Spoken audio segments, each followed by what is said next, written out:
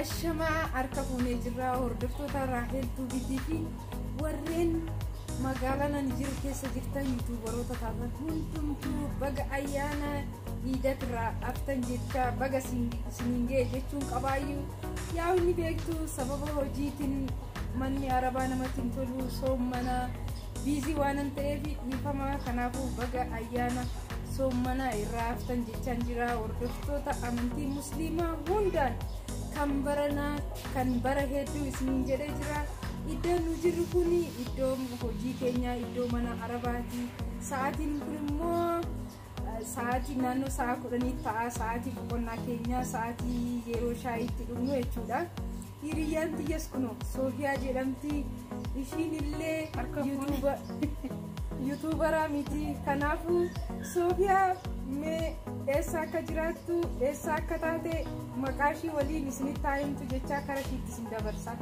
Soofiyaa dubbadhume tole galatoomii Raahel ani jiraadhu Yemen kan jedhama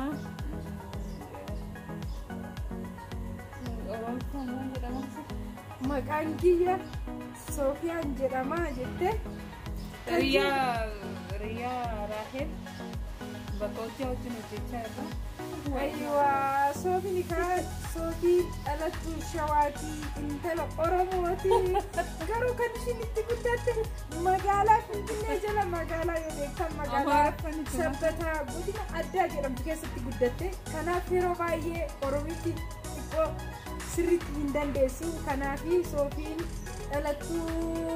dhalattuu Shawaatii kan jiraattu biyya nu jiraannu kana jiraatti kan nu jiraannu biyyoota Arabaa keessaa ishiin amma kan jiraattu ishiin kana jettee isin dhoksaa jirtus waan garaadhaa qabduu fi baatii mucaa baatii jahat garaadhaa qabdi Waaqayyo guyyaa da'umsa keettiin koronaa jalaa si baasee achiin si haa ga'u naa jedhaanii Soofii hiriyaatiyya iddoo hojiitti argamna waggaa har'aa barri baraan hin deebi'u ture waggaa har'aa yeroo kana iddoo bashannanaa mana hiriyoota teenyaa achitti dabarsaa turreeyyuu baranammoo kunoo kan agartan kana mana arabaa iddoo dalagaatitti nama muraasa taanee dabarsaa irraa sababni isaatis sababa koronaatiin kanaafuu Waaqayyo koronaa kana nurraa balleessee nama jaalalaan wajjiniin turree nama ayyaana waliin dabarsinu waggaa irraa yookiin Iida Arafaatitti nama akkasii nu haa godhu jechaan jira hordoftoota kiyya like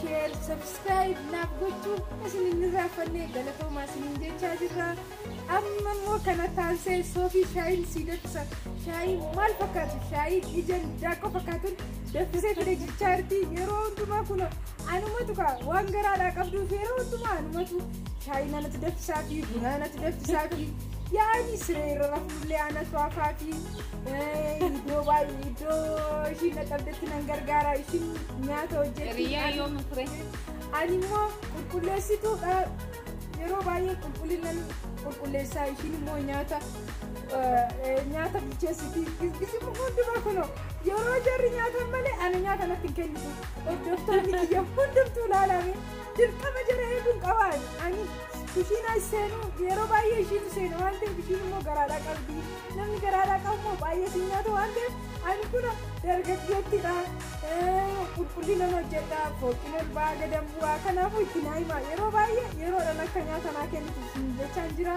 hordoftoonni keenya kan ittaan amma sagantaa shaayiitiif yeroo shaayii fidduu Soofii shaayii nu fiduu deemti amma kanaafuu yeroo shaayii finnee Soofii shaayii daffistee nu fiddu kana laaltu jechuudha Soofiin ulfaataate shaayii naa fiddee dhufti har'a dabareen keetiin jedheeni maalifiin har'a dalagaa baay'ee anatu qabaa tureeyyuu ishiin immoo har'a sababa Iidatiin warri nu bira dalagnu nyaata manaa nyaanne waan ta'eef nyaata hin dalagne akkasiin isiniin jedha hordoftoota kiyya hundumaa bakka jirtan hundumattuu nageenyiif jaalalli isiniif haa baay'atu baay'een isin jaaladha keessattuu hiriyoota tiyya yuutuubaroota hunda biyya keessa jirtanis kan biyya biraa jirtanii na hordoftan kan miseejidhaan illee karaa keessatti illee wal dubbisnu hundumaa warra dhiiratis warra shamarraniitis bakka jirtan hundumattuu naaf jiraadha galatoomaa keessattuu biyya fagoorra teessanii karaa keessatiin kan na jajjabeessitan hundi keessan naaf jiraadha keessattuu ijoolleen dhiiraa yeroo baay'ee na duukaa deemtanii miseejii naa barreessitanii yeroo baay'eedhaan himuudhaan yaada naa kennaa turtan hundi keessan naaf jiraadhaa. Umuriin keessan isiniif umurii keessan haadheeres rabbiin jechaan jira. Koronaa kanallee jala nu dabarsee nama boruuf biyya jirru hundumarraa gallee biyya keenya Itoophiyaatti nama wal argu nu haa godhu. Galatoomaan isiniin jedha. Kanaafuu sagantaa shaayii Soofiitti dabarraa jechuudha. Soofii shaayii nuu fiduu deemti. Kanaafuu sagantaa ishiitti dabarraa ammasitti obsaan nuyi.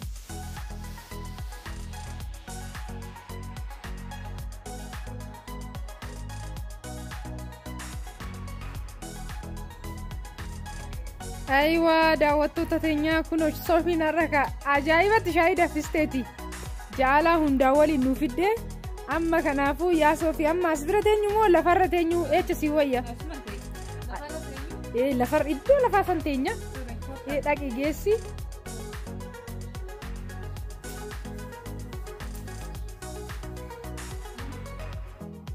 Kunooti ka Soofiin iddoo bareedaa ilillii bareedduu jirtu kun nu filattee jirti. Yoo akkuma laaltan kana amma ka iddoo ilillii kanatti teenyee shaayii dhugnaa jechuudhaaniif Soofiin. Kanaafuu Soofiin hiriyaatiyya kan waliin iddoo dalagaatitti dalagaa waliin dalagnu kanan baay'ee jaaladhu jechuudha. Har'a yookiin Raahel biraa yuutuubaroonni maaliif dhabamanii Raahel immoo kophaa maaliif teessee micayyoo tana qofaa waliin jechuu dandeessu jechuudha. Sababni isaa koronaa waan ta'eef mana teenyee iddoo dalagaa jirra. Iddoo dalagaa warri bira dalagnu anillee bahuun barbaadaa warri bira dalagu bahuu waan na dhawwaniif amma kun Soofii wajjiniinan mooraa mana dalagaa kiyyaa keessatti kara shaayii dhuguutitti deema. Har'a Soofii har'a shaayii natti danfiste kuni boonni dhoosaa jechuudha. Galatoom shaayii na danfisuu keetiin.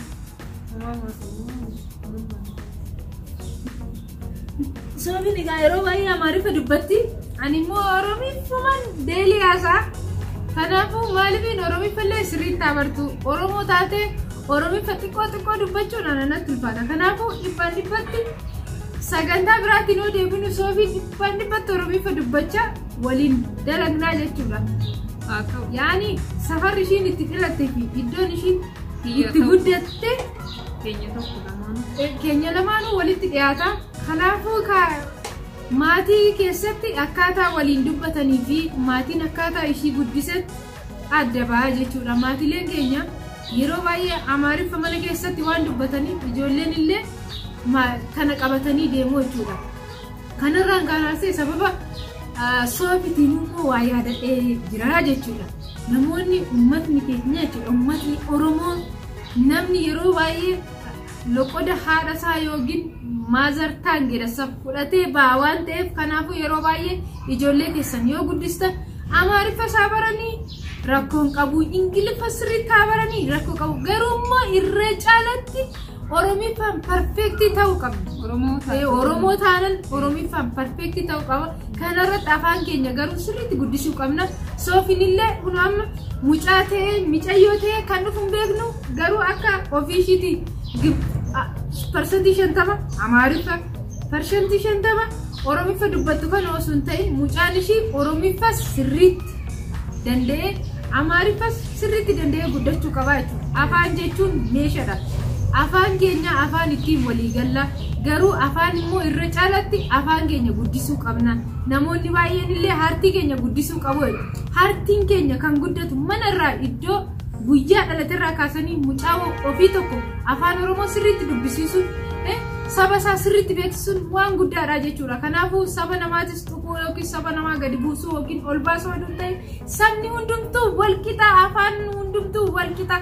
Garuu irra caalatti Oromoo ergatee afaan isaa sirriitti dubbachuu seenaa isaa sorgoof sooko afaan Oromoo kan saba isaa kan dhaloota isaa sirriitti beekuu qaba waan hin jedhuufi hordoftoota keenya kun akkanatti Soofiin yeroo baay'ee dubbachuu hin jaalattu. Galgala soo teenyu amma dubbata.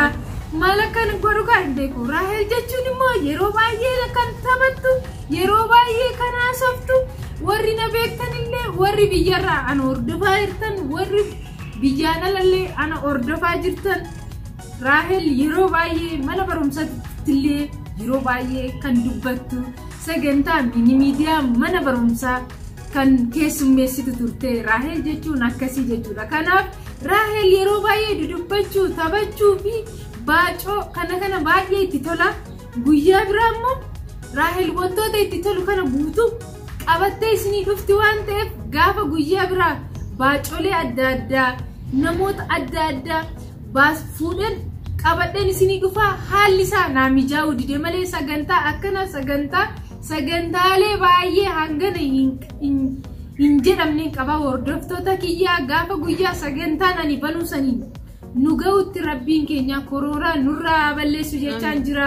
Ani iddoo dalagaatitti biyya ormaa keessa kan jiraadhe waggaa 6 iddoo dalagaa kiyyaatitti guyyum tokko ani nama wal dhabe ijoollee waliin dalagu wajjin guyyum tokko wal dhabeen beekan nyaatas dalagee qulqullinas dalagee ijoollee waliin dalagu wajjin baay'een jaaladha. Ijoollee Oromoo saa ta'u ijoollee saba feedatis haa ta'u yeroo waliin dalagnu iddoo dalagaatitti namaan walitti hin bu'u. Garuu namni na xumnaan irraa hin deebi'u. Anillee yeroo baay'ee muufachuu hin danda'a. Kanaaf nama hin tuqan. Rahel gowwaadha naan jedhu gowwummaa oduun ta'e nama jaaladha. Kana guddates maatii guddaa keessatti guddateen maatiin keenya bal'aadha.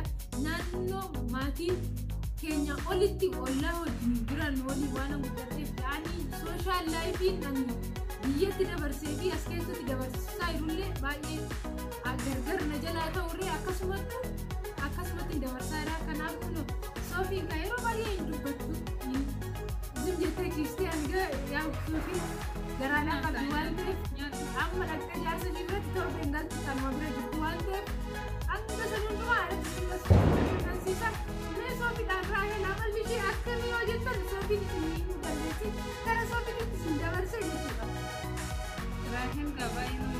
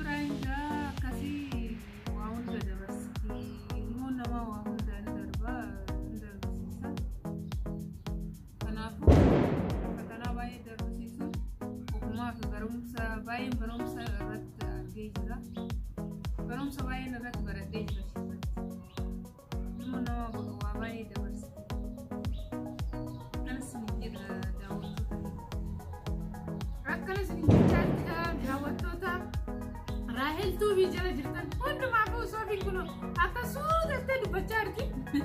Kanaafuu namni uumama waan ta'eef homaa gochuun hin danda'amu. Namni akkuma rabbiin uumutti uuma. Kanaafuu hordoftoota Raheltuu bakka jirtan hundumattuu nageenyi fi jaalalli isiniif haa baay'atu jedha. Kan irra guddisee immoo hiriyoota biyyaa jiru barataa ta'an hunda keessaniif warreen afaan adda warreen hordoftanis hunda keessaniif nagaa jaalala isiniif hawwaa. Rabbiin koronaa kanarra dabarsee nama waliin nyaannee nama waliin dhugee nama cidha godhannee har'a cidhullee dhawwamee sagantaaleen adda addaa affeerran irree dhawwame kana rabbiin kana hundumaa nurra dabarsee nama wal affeernee nama iddoo cidhaatitti nama iddoo affeerratitti wal agarruu fi iddoo immoo akkanumatti yuutuubaroonni guutuun sagantaa godhatanii wal agarrutti nu ageessisuun isiniin jedha. Kanaafuu rabbiin keenya koronaa kana nurraa balleessee nama boruuf nama rabbiif bitamu nu haa godhu. Akka walitti naafuu dhiisnee akka haraama hin dalagneef akka nu kan kaleessa haraama dalagaa turrellee isaaf bitamnee karaa isaa deemnu deemnu nu agwadu rabbiini kan kana fidee bislee akkanu isaaf adabamne mataa gadi qabamnu fi rabbiin keenya nama akkasii nu godhee nu araaramu araara isaa nu faabuusin jira bakka jirtan hundattu nageenyi jaalalli fayyaan isiniif haa baay'atu galatoomaa isin jira hordoftoota Raahel fi like share subscribe gochuun akka nirraafannee like subscribe gochuudhaan maatii kiyya taataniif galatoomaa warri karaa kiyya dhuftanis baay'een isiniin simadha Noora balballi koo banaadhaan isiniin jedha galatoomaa bakka jirtan hundumaatti umurii keessan maatii